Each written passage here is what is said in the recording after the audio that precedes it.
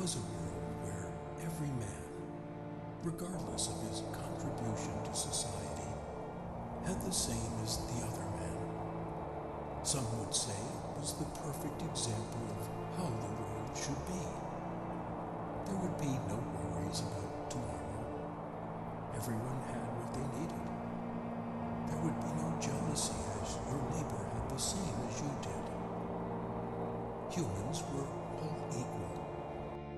There should be no disparities amongst people. That was exactly what the world had come to. After all, no one wanted to live in a world where insecurity was the order of the day. Families fighting for control of dynasties, governments wrestling for more power. Such was the nature of humans, wanting more and more. Did Plato not argue that private ownership of properties and goods would encourage selfishness? Was he not right? The powerful preyed on the weak.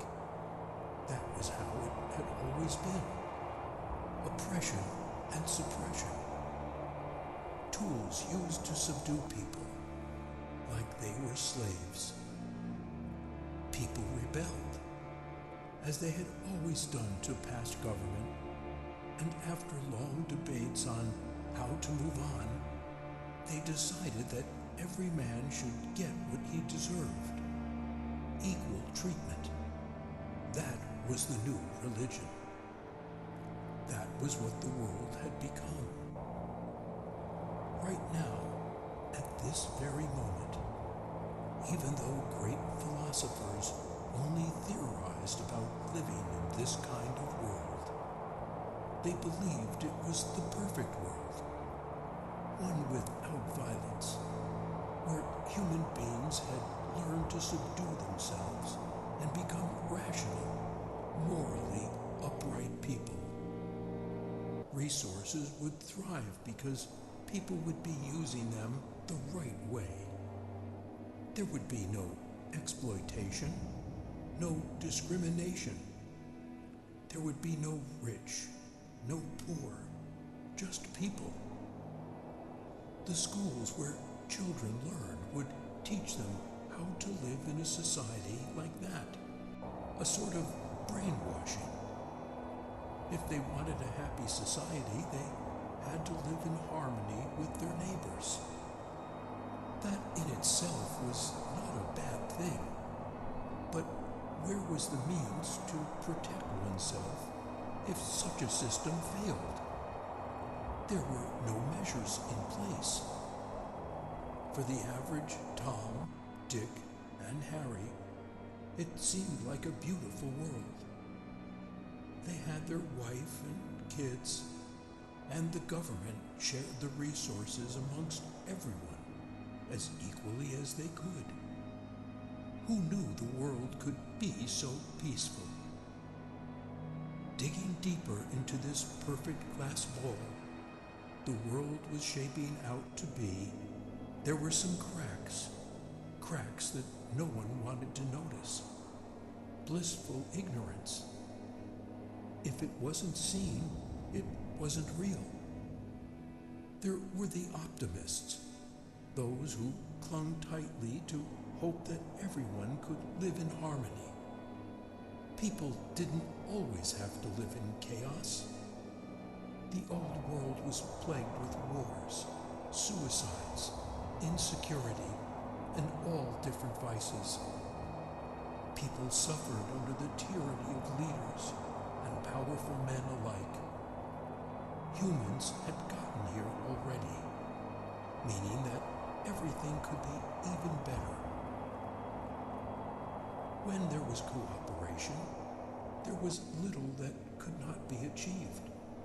That was how the Tower of Babel was built, right? Great buildings rose up, beautiful structures got erected, and the cities were pleasant to the eye. Most houses had the same structure and size, treating everyone as equally as possible. It was a beautiful world, one where everyone should feel safe in. Teach the masses contentment. That was the unspoken rule of the government. They had to present a united front. Together they abolished the concept of money. What determined what a person got was their worth to the society.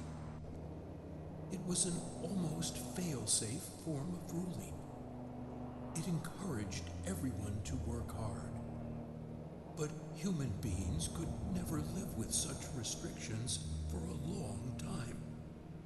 No matter how much one tried, there would always be the greedy, the selfish, and the cheats.